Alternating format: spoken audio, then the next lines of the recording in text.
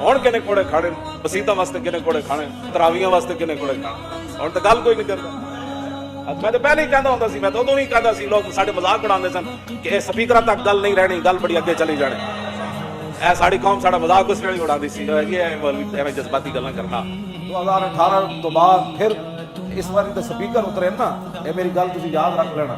जे तुसीं इन्हां नूं दोबारा वोट दिते ना, इन्हां विचों किसी नूं भी मस्जिदां दे ਜਿਹੜੇ मीनार ਹਨ ना, ये भी छोटे साहब हो जाने।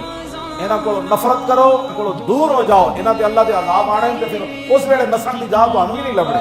अज ज़ालमां नाल अलहदा हो, या अल्लाह इन्हां ज़ालमां नाल साडा कोई ताल्लुक नहीं जिन्हां मुमताज़ काजरी नूं तख्तेदार ते लटकाया, जिन्हां मस्जिदां दे स्पीकर लाए, जिन्हां कुरान और हदीस ते पाबंदियां लाइयां, जिन्हां दुरूद और सलाम ते पर्चे कट्टे, जिहड़ा बाजार विच ताजदारे खत्म नबूवत दा स्पीकर लाण वाला जुर्म है। 10 रुपए किन्नू बेचना जायज होवे ते तुसीं ओ की समझदे हो उत्थे की होण लगा? बहुत कुछ हो जाना है। ਉਹਦਾ ਇੱਕੋ ਹੀ ਤਰੀਕਾ ਅੱਜ ਦੀਨ ਨਾਲ ਖੜੇ ਹੋ ਜਾਓ।